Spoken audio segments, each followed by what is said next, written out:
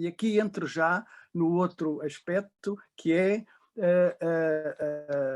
as causas primeiras e as causas segundas, como é que isso se estabelece.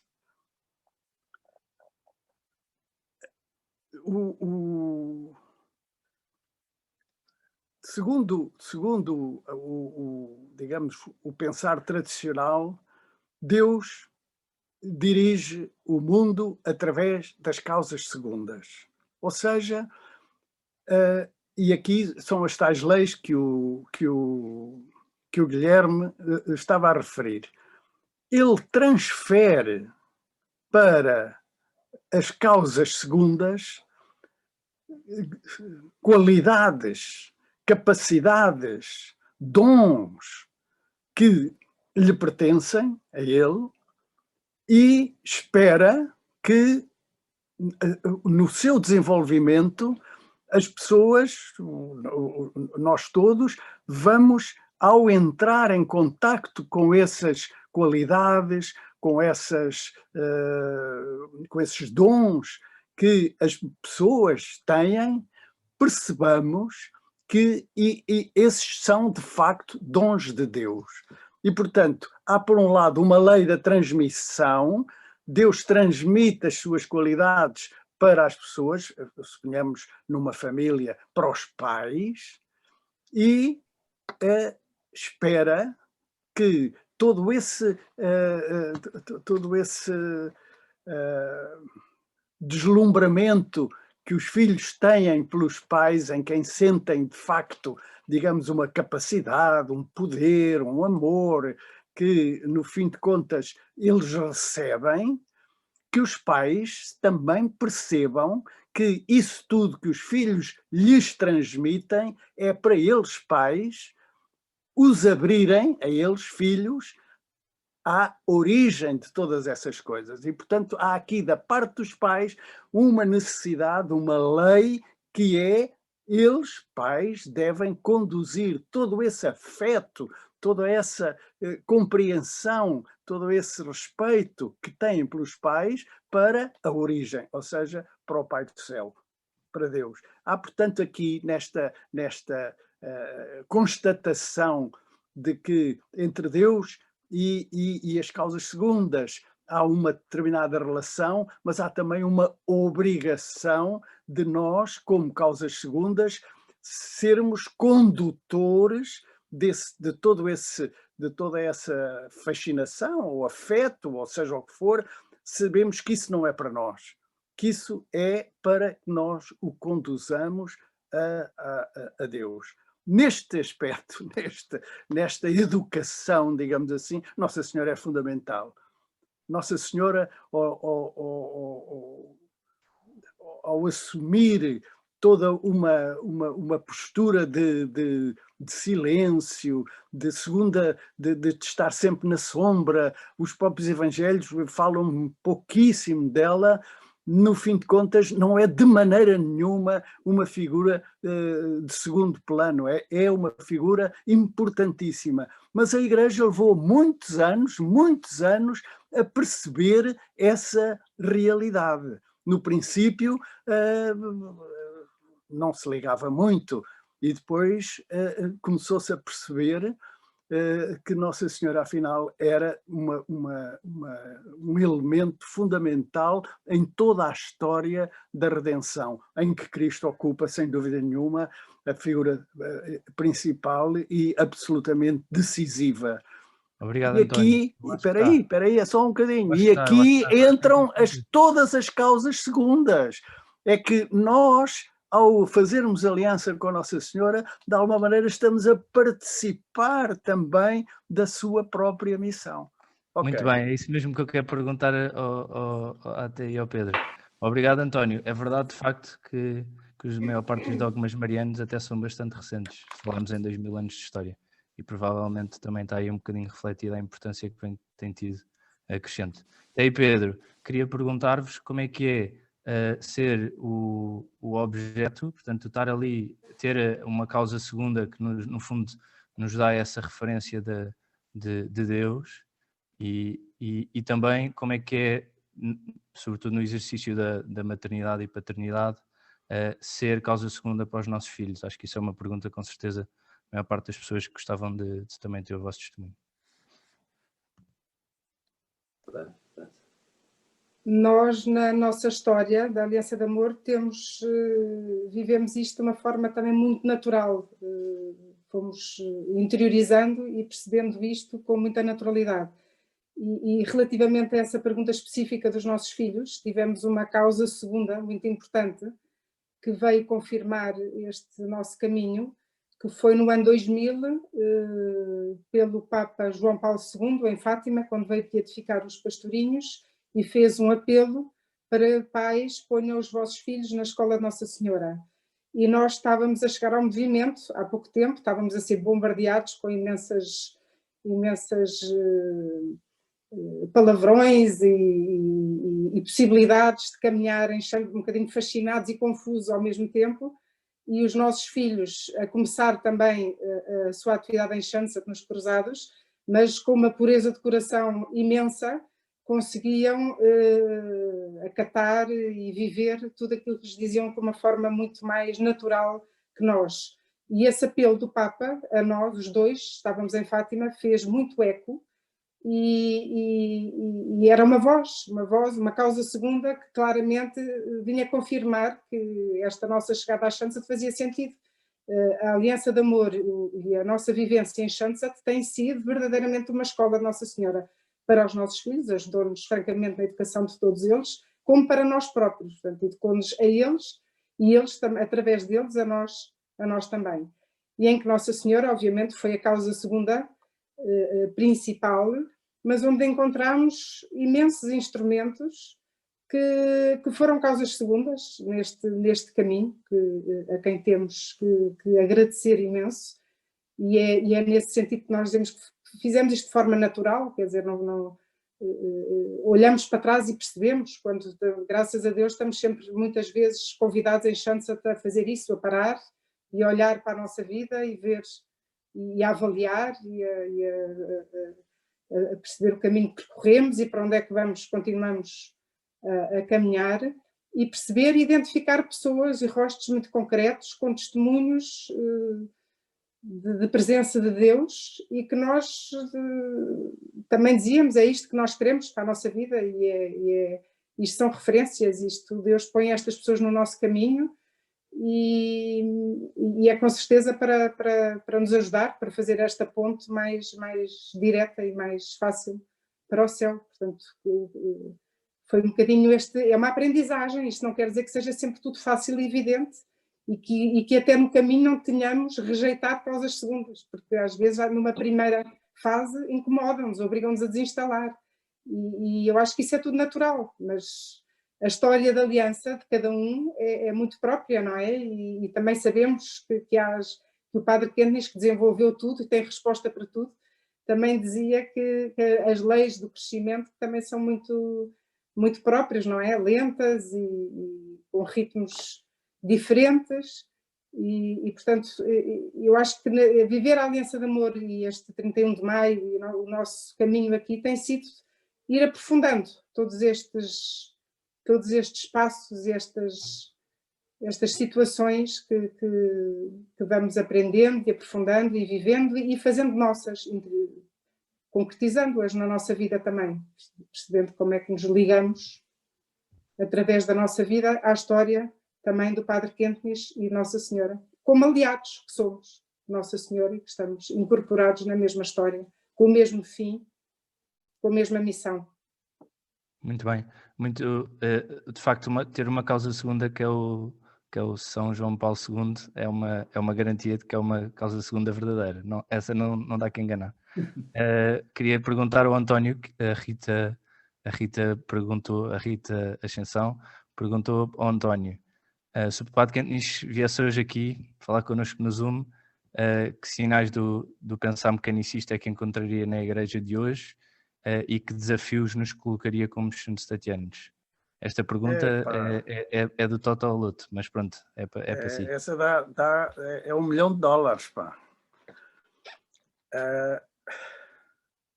Se o Padre Kentnis hoje viesse ter connosco, eu tenho a impressão que a primeira coisa que ele devia ficar, não sei se ia começar por falar nisso, mas a primeira coisa que... Não sei se me estão a ouvir.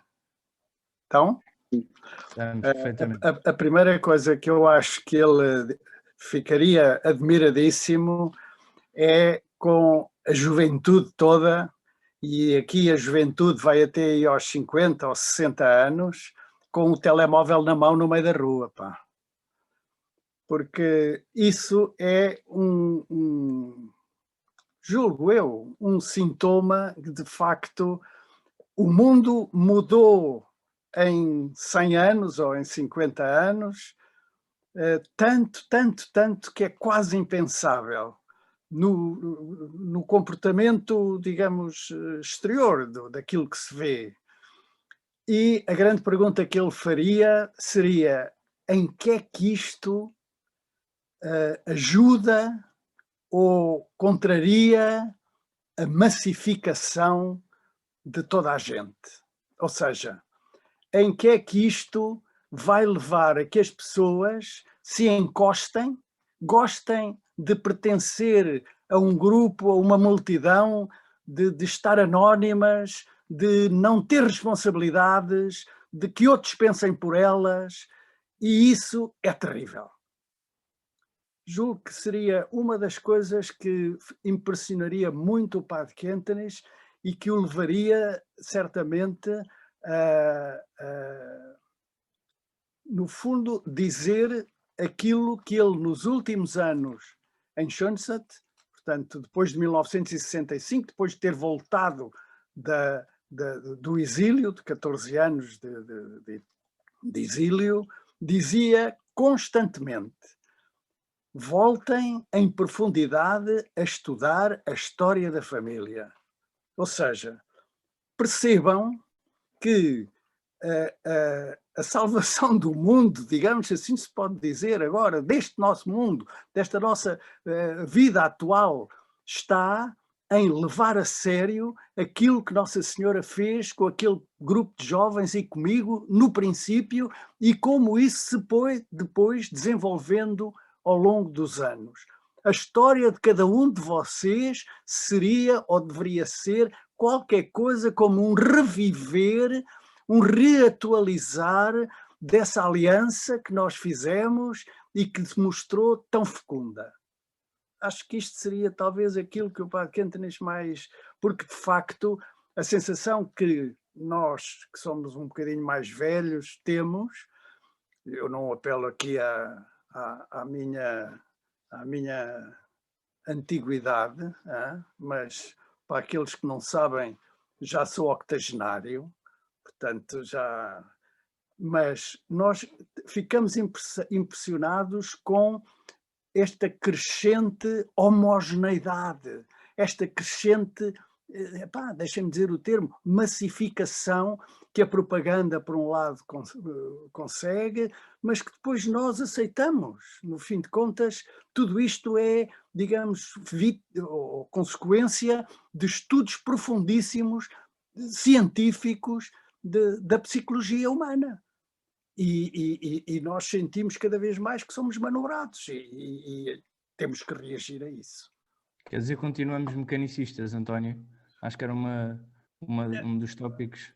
Falámos já do ser orgânico, o mecanicismo ainda está por aí. O mecanicismo, quer dizer, no fim de contas, tem vários aspectos. E este é um dos aspectos, que é a pessoa, no fim de contas, conseguir viver duas vidas.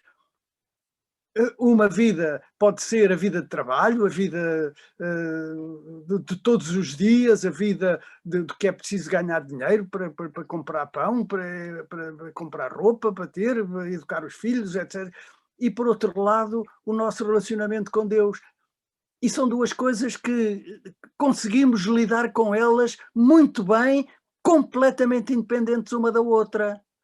Ao domingo vamos à missa, fazemos as nossas orações, fecha aquela gaveta, abre a outra gaveta e continua. Este aspecto de estar, digamos, dividido e depois nos podermos num desses aspectos, numa dessas gavetas, digamos assim, encostar e deixar-nos ser arrastados.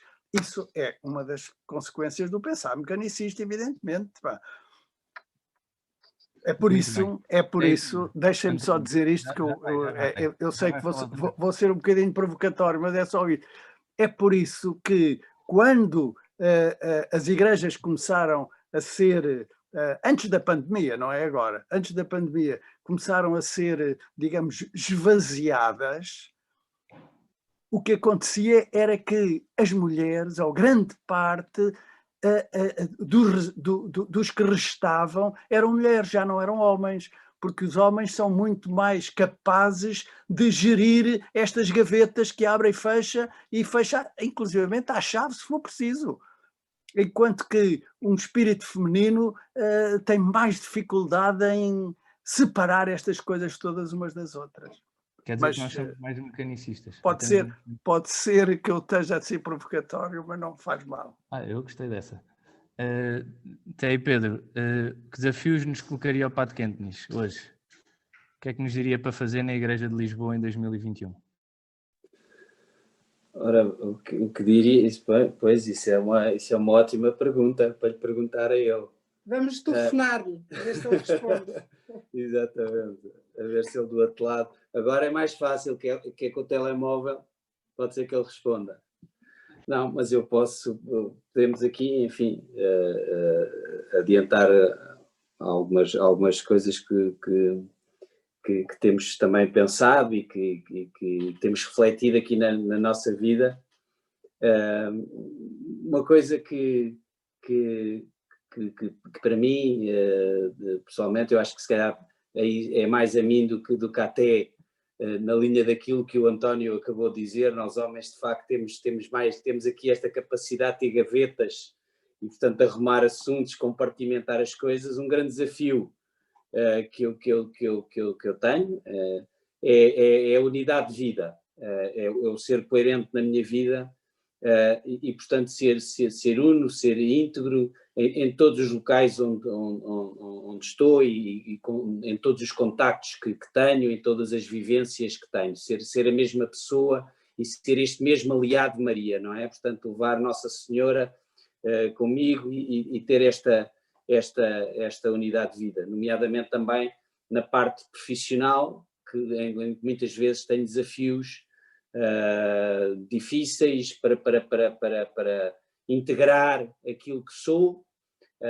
e claro, portanto há aqui um caminho, primeiro perceber quem é que eu sou, aquilo que é o meu ideal e de certa forma como é que eu posso levar isso para os locais todos onde estou. Mas isto é um desafio para todos nós, não só dentro da nossa família, na família alargada, no nosso bairro, nos locais onde trabalhamos, em Schoenstatt. Portanto, conseguirmos ser aqui unos e ter aqui uma integralidade de vida e ser estes mesmos aliados de Maria em todo o lado. Há aqui um outro caminho muitíssimo importante aqui em Schoenstatt. Nós somos um movimento apostólico, não é? E é esta ideia muito importante de nos pormos a caminho, não é? Para crescermos, para aprendermos, temos que dar o espaço, não é? A caminhar, aprende-se caminhando, a dar os passos e, portanto, temos que nos pôr a caminho, temos que fazer apostolado, há vários caminhos possíveis, mas temos que ter esta abertura de dar o sim e experimentar e depois seguir as correntes de vida, não é? Perceber aquilo que tem vida, onde é que está a vida e tentar seguir esses caminhos. E neste processo, algo que eu também considero importante em todos os aspectos, mas neste aqui também, que é o criar uma cultura. E a nossa cultura é uma cultura de aliança, é uma cultura de vínculos. E, portanto, procurar criar família, chamamos nós todos de criar família, não é? O vincular-nos aos locais, às pessoas onde estamos nestes vários círculos. E, portanto, criar esta família. A família, como sabemos, é o organismo de vinculações natural, de onde tudo emana, e portanto o criar família nestas várias atividades, nestes vários locais, neste caminho de apostolado e de vida que vamos fazendo, é este caminho de cultura que me parece importante. E nós temos experimentado isso muito através destes espaços, em concreto dentro da nossa família, através, por exemplo, do Santuário Lar, e portanto integramos dentro da nossa própria casa, a nossa própria família. O Santuário Lar é algo de facto extraordinário que nós descobrimos a certa altura e que nos tem trazido uma riqueza enorme na relação com os nossos filhos, na relação connosco, nos momentos difíceis, nas alegrias. Portanto, integramos isto na nossa própria família. Depois uma outra atividade, enfim, havia muitos, mas agora estou-me aqui a lembrar, até porque há pouco vi aqui várias caras de pessoas com quem nós fizemos missões familiares, que é um projeto extraordinário de integração e de caminhar em aliança com Nossa Senhora, em família. Nós aqui nas missões familiares, para além de fortalecer os nossos laços como família, fortalecemos os laços entre famílias e fortalecemos e criamos vínculos com pessoas que não faziam parte da nossa família e que hoje em dia é como se fossem a nossa família. Nós temos esta experiência muito concreta de pessoas que nós não conhecíamos antes das missões familiares e que hoje em dia são da nossa família. E eu posso dizer isso. Não queria aqui deixar de fazer uma última referência, peço desculpa ao Gui de estar aqui se calhar a esticar-me, mas que é aquilo que nós vivemos nestes últimos dias como família em Schoenstatt por causa da partida do nosso querido Padre Tiago.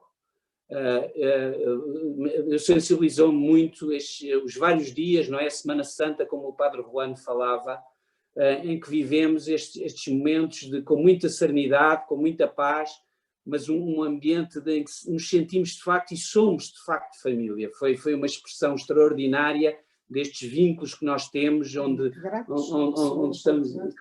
Exatamente. O Padre Tiago teve aqui um papel muito importante também, e esta resposta da família, dos vários projetos onde o Padre Tiago esteve, foi para mim, para nós, foi um exemplo extraordinário. Vivemos esses dias como uma graça extraordinária, uma graça que o Padre Tiago, sim. E muita gratidão, porque foi uma causa segunda muito importante na nossa vida, na vida dos nossos filhos. Foi extraordinariamente, penso que todos vimos, se não vemos vale a pena ver, a homenagem que a juventude masculina fez ao Padre Tiago é de uma beleza, de uma vinculação, de uma gratidão, portanto uma vinculação fortíssima. Enfim, não me alongo mais. Só indiretamente a essa tua pergunta também, porque temos falado muito e é uma coisa que a nós nos tem inquietado muito nos últimos tempos, e este ano também em particular. Eu diria que o Padre Kennedy também nos desafiava a todos a mergulharmos e aprofundarmos a voz do Papa Francisco.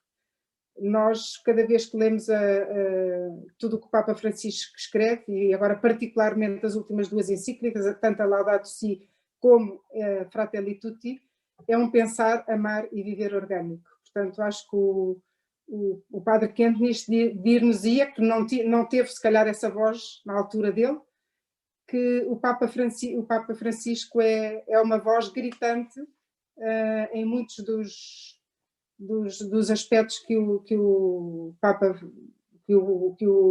Padre Kennedy foi um profeta e um antecessor de toda esta mensagem. Já nos falou nessa altura de muitas coisas que hoje ouvimos pela boca do Papa Francisco. Muito obrigado. António, o António conheceu o Padre Kennedy pessoalmente, sim, cara a cara. Nós conhecemos todos pelo que lemos e até parece que é nosso amigo também aqui, mas o António teve mesmo cara a cara com ele. Se ele cá estivesse hoje, o que é que lhe perguntava para perceber melhor o 31 de maio? Qual é que é a peça que lhe falta para saber mais um bocadinho? Opa, desde que eu conheci o... Não tinha esta pergunta preparada. Não tenho. Desde que eu conheci o Padre Kennedy até agora, há uma evolução muito grande. Eu já disse em várias conversas que de facto eu, quando estive com o Padre Kentenich, tinha um profundíssimo respeito por ele, digamos, uma veneração enorme, mas, sobretudo, aquilo que me impressionava era a sua capacidade, a sua coragem, a sua determinação, a coisa que eu dizia há bocadinho, de pôr atos de resposta concretos, e via nele, portanto, o grande chefe. E só isto foi em 67, 6-7. Eu depois vivi cá, em Lisboa, a Revolução do 25 de Abril. E a confusão e a desordem e, sobretudo, os perigos que durante o ano de 75 existiram. E nós, com a Zita e o Manuel Luís à frente, fizemos em 75 uma espécie, ou uma mesmo, uma aliança com o pai, com o Padre Kentenich, e dizer: o senhor tem que tomar conta disto. O santuário tinha sido construído ainda durante o ano de 74. E em 75 nós estávamos aflitos. E aí, nessa altura, nessa aflição, o que mostra bem como o contexto em que os atos que nós colocamos são importantes, como são importantes os contextos que nos levam a determinadas situações e a determinadas decisões, aí eu descobri o pai. Eu descobri que, de facto, ele tem uma capacidade e, sobretudo, não sei qual é a palavra correta, mas uma instrumentalidade. Deus utiliza, ou melhor, Deus quer utilizar o Padre Kentenich para ser para nós um verdadeiro pai, tal e qual como utiliza os pais naturais em relação aos filhos, quer que eles sejam de facto os pais que abram o coração dos filhos a ele, Deus Pai, que os criou todos. De maneira que eu hoje o que perguntaria ao Padre Kentenich, mais do que pergunta, eu diria que naquela altura não o compreendi convenientemente. Obrigado, António. De facto, o Pai do céu é aquela figura que ninguém viu, não é? E, portanto, exige-se que haja mais pais e que cada um possa ser pai na sua comunidade e que, portanto, seja essa representação do Pai do céu, para que toda a gente o possa ver, cada um com o seu pai próprio, não é? E neste caso, o Padre Kentenich e o 31 de Maio têm essa importância. É o Padre Kentenich a bater o pé, a querer que, de facto, a figura do pai seja uma figura relevante e que dê essa tranquilidade e direção à sua igreja. Desculpem, já estou a deixar de ser orador. Até aí, Pedro, veio uma pergunta mesmo a tempo sobre o Papa Francisco, se quiserem falar um bocadinho mais concretamente. O Sebastião perguntou em que medida é que a sua atitude nos puxa e orienta para o pensar orgânico. Acho que podem aqui também dar mais um retoque, se quiserem. Sim, não há dúvida, como até já referiu, que o Papa Francisco tem um pensar, um viver e um alarmar orgânico e tem sido uma expressão muito forte do Papa em todos os seus gestos, não é? Portanto, o Papa, pela sua palavra, pelos seus gestos, pelo seu exemplo, aquilo que escolhe como os seus temas, é extraordinário neste sentido, a forma como ele tem sido um pai para todos nós nestes tempos difíceis, não é? Em que ele tem conduzido a Igreja. Eu vou ler aqui uma citação do Papa Francisco, que gosto muito, ele disse isto O Papa disse isto numa daquelas conferências TED em 2017, e há uma citação disto agora na Fratelli Tutti, que é uma encíclica extraordinária, que tem uma densidade e uma profundidade enormes, e que é de facto o amar orgânico, é de facto esta cultura. E o Papa diz o seguinte: a existência de cada um de nós está ligada à dos outros. A vida não é tempo que passa, mas tempo de encontro. E portanto, o Papa expressa aqui desta forma muito, muito forte, e que a nós nos tem tocado muito, esta ideia de facto que a nossa vida não é os dias, as horas, não, a nossa vida, a vida que interessa é a vida das vinculações, é a vida do encontro com os outros, é esta vida de fraternidade que ele nos chama. E isto é a nossa cultura de aliança. Já quando estivemos em 2014 em Roma e o Papa falou à família, o expressou dessa forma tão bonita, enfim, hoje é bom recordar esses momentos, e tem continuado este seu caminho. E portanto é aqui esta expressão de que a felicidade tem a ver com encontra-se através da doação aos outros, no encontro com os outros. Precisamos dos outros para nos encontrarmos a nós próprios e também para encontrar os nossos caminhos de felicidade. E, portanto, como até disse, estas duas encíclicas, já Laudato Si, em que o Papa expressa também de uma forma tão bonita esta ideia de que estamos todos ligados, não é?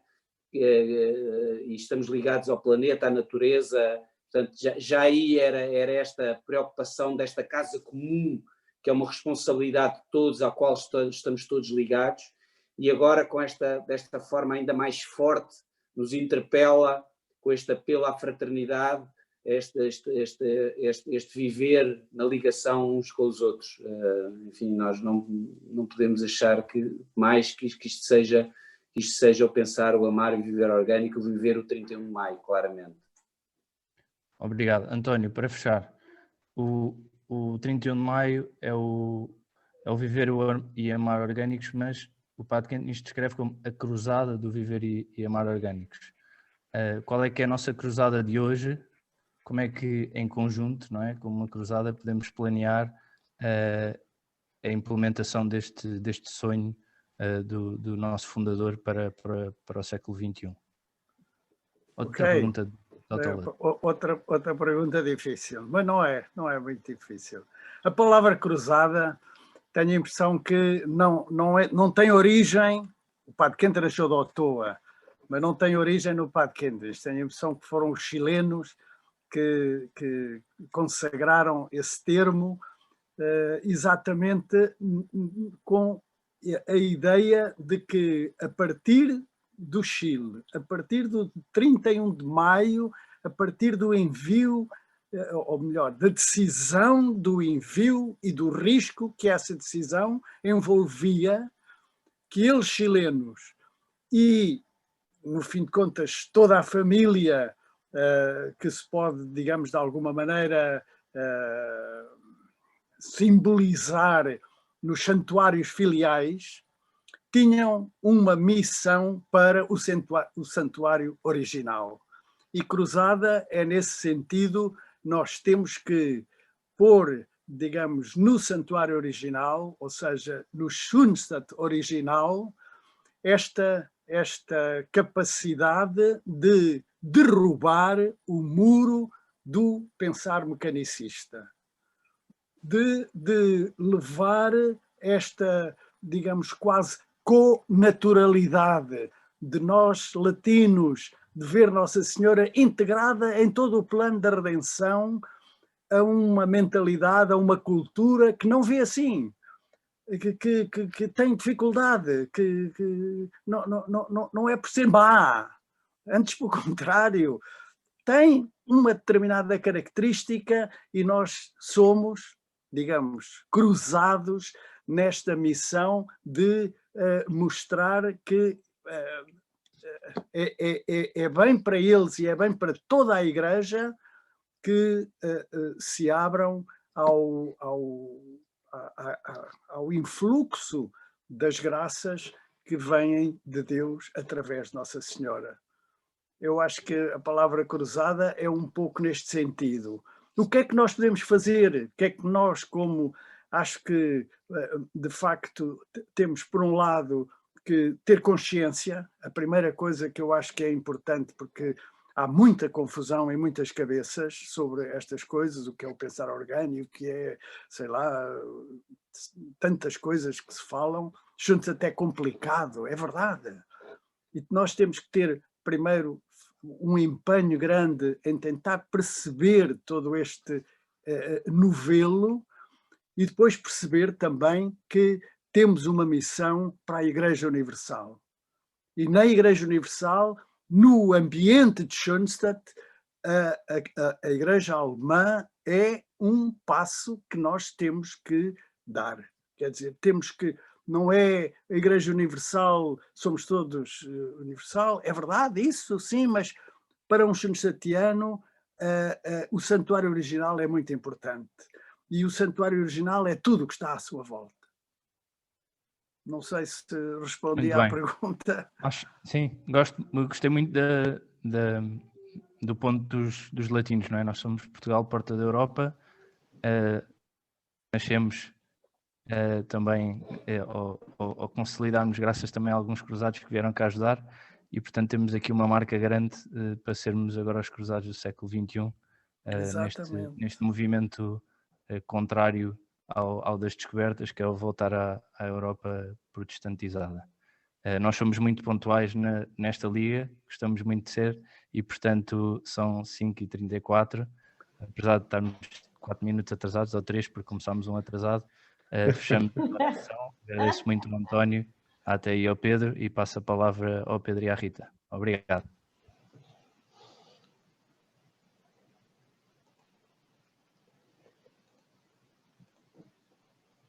Ora bem, eu acho que todos nós estamos... pronto, nós quando marcámos aqui esta ação, definimos que seria só 1 hora, porque as pessoas estão todas cansadas de estar à frente dos Zooms e essas coisas todas que nós dizemos nos tempos de confinamento. Mas eu ficava aqui a tarde toda a ouvi-los. Acho que posso falar por todos que foi realmente uma sessão maravilhosa. Até tivemos lugar ao momento de Cristina, quando o António começou ali a chorar. Obrigado, António. Foi aqui uma coisa maravilhosa. Portanto, eu também fiquei comovido, porque de facto é ótimo nós falarmos disto e pormos em miúdos estas ideias que o Padre Quintinhos trouxe no 31 de maio e em toda a sua vida. No fundo é só a maneira de nós conseguirmos ser mais felizes de forma mais fácil, não é? Mais próximos da verdade e mais próximos de Nossa Senhora e de Nosso Senhor também. E, portanto, eu agradeço do fundo do coração. Nós tivemos cerca de 80 casais aqui nesta sessão e eu creio que todos estamos muito... Demos o nosso tempo por bem passado neste confinamento. Nós, de alguma maneira, libertámos-nos um bocadinho mais e saímos cá para fora e também ficámos com esse apelo muito vivido de que somos um movimento apostólico. 80 casais não é nada, nós queremos ter 800 casais a ouvir isto, nós queremos mudar a Igreja e mudar o mundo à nossa volta e é para isso que estamos aqui. Estas palavras que vocês nos disseram responsabilizam-nos, nós temos mesmo que anunciar isto a muita gente à nossa volta e trazer muitas famílias à felicidade que Jesus nos tem guardada. Obrigado a todos. Obrigado a todos pela vossa... Obrigado. Eu, antes de me ir embora, apenas diria uma coisa. Já estão abertas as inscrições para os retiros. Por causa dos confinamentos, nós tivemos que alterar o retiro para ser na modalidade exclusivamente online, mas não queria que nenhum casal se deixasse assustar por essa razão. Quer dizer, é evidente que sendo online, não é estarmos o dia todo a olhar para um ecrã. são dadas pistas online, mas há uma equipa que está a preparar com muita criatividade e muita imaginação e muito amor estes retiros, de modo a que eles possam ser o mais bem passados possível. Não fazer disto um retiro igual ao outro, mas online, não. Mas é um retiro online com as especificidades, designadamente de ser vivido em casa e inclusive até em alguns momentos com o resto da família, de modo que, como digo, já estão abertas as inscrições. Há um já no dia 7, depois há outro, salvo erro, no dia 23, já não me lembro bem. E queria apelar a todos para se inscreverem, que também não vão dar o vosso tempo por mal passado, até porque há muitas coisas que nós aqui falámos, depois vamos poder aprofundar, designadamente a imagem de São José, neste ano, que o Papa lhe dedicou a ele. Vai ser um retiro que temos muita confiança que vai ser bom para todas as famílias. Mais uma vez, obrigado aos oradores, obrigado ao Guilherme pelo seu trabalho extraordinário na moderação. Meus queridos amigos, queridas famílias, confiamos apenas a Nossa Senhora, que é a única coisa que nos sustenta. Confio em teu poder e em tua bondade. Confio com filialidade, confio cegamente em toda a situação. Bem no teu Filho, a tua proteção. Nós com Cláudia Pia. Benedicat Maria. Obrigado, bom resto de dia. Obrigado. Obrigada. Boa noite, obrigado a todos. Não deixam.